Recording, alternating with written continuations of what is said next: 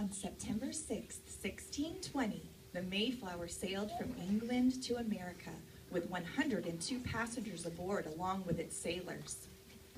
The difficult voyage took 66 days, and many people on the Mayflower got sick during the crossing.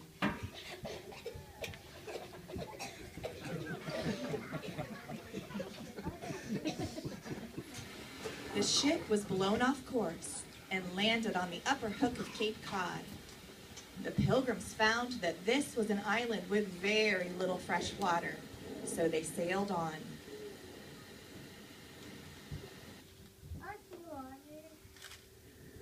The Pilgrims landed again, but now winter had arrived. It was bitterly cold, and people were getting sick.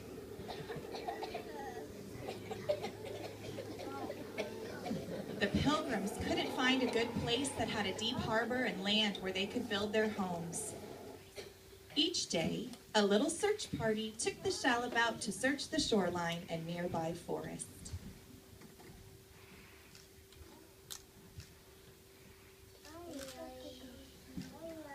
Governor Carver, William Bradford, Captain Miles Standish, and other strong men were standing by a fire on a cold December night when suddenly they heard.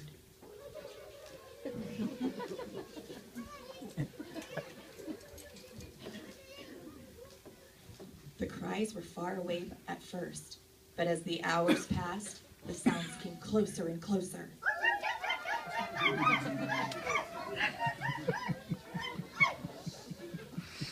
In the early light, the men saw Indians slipping from tree to tree in the woods.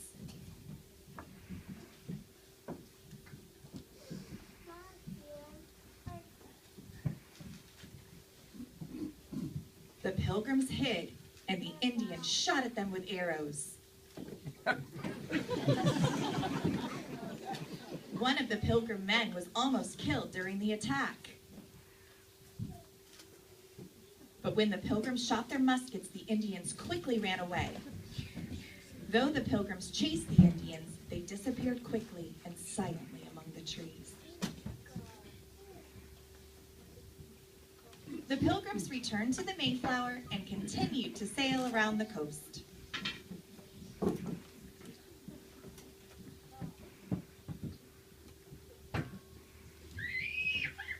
Finally, they sailed into a deep, beautiful bay and saw a large rock close to the shore. After some investigation, the Pilgrims decided that this was the perfect place. They stepped out onto the rock and knelt on the beach, where they thanked God for guiding them safely to their new home.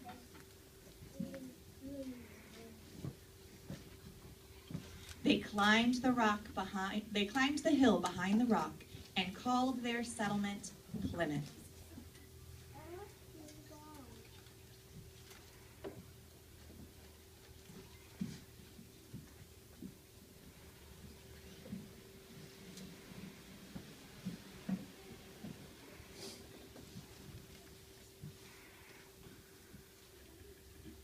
By now, it was very cold, and the Pilgrims had to build a common house where all could have shelter until spring.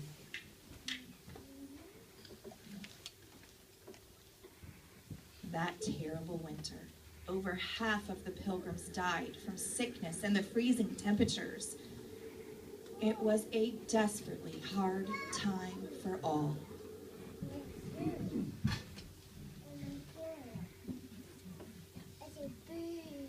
But springtime finally came.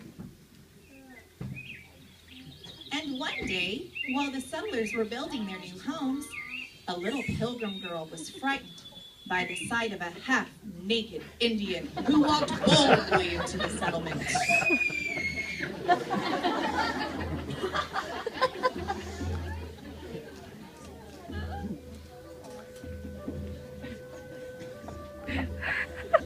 He was wearing 3 eagle feathers and had stripes of red and black on his face. He had a small hatchet on his belt.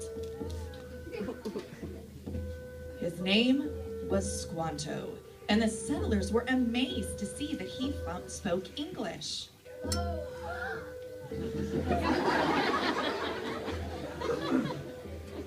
The Pilgrims told Squanto to come back with his friends, but to leave their arrows outside of the settlement. A few days later, several Indians returned, including the great chief Massasoit, Squanto, and Squanto's friend Samoset. There, they were met by Governor Carver, William Bradford, and Captain Miles Standish. The Indians promised not to bring bows and arrows into the Plymouth settlement, and the Pilgrims made a vow to trade fairly with the Indians and to be their friends. Spring turned into summer, and with the help of their new Indian friends, the Pilgrims had a good crop. Squanto taught the Pilgrims how to plant corn.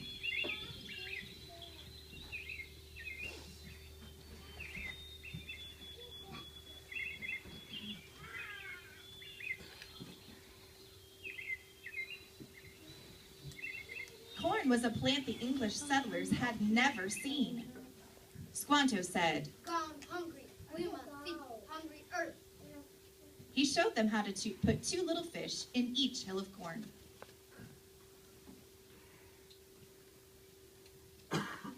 Summer passed, and with the help of the Indian friends, a huge harvest was gathered by the Pilgrims. Governor Bradford declared a week of thanksgiving and praise to God.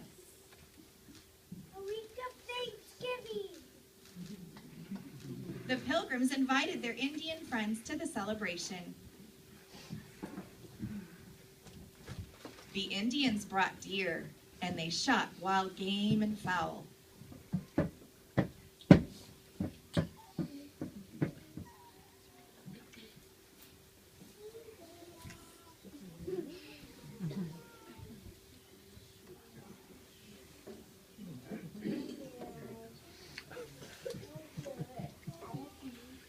There were buckets of boiled clams and dried fruits.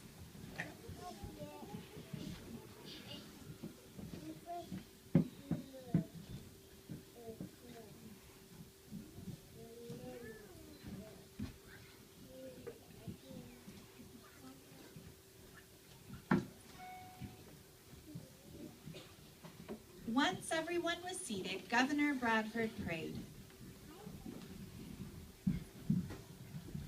Thank you, Lord, for sending Squanto to us. We know that your hand had been on him through all of his trials, and that you have prepared him to be our guide and our friend in a time of great need. Squanto is your living answer to our tears and prayers. They played games together and had running contests. Captain Miles Standish almost ruined the fun by scaring the Indians with a cannon shot.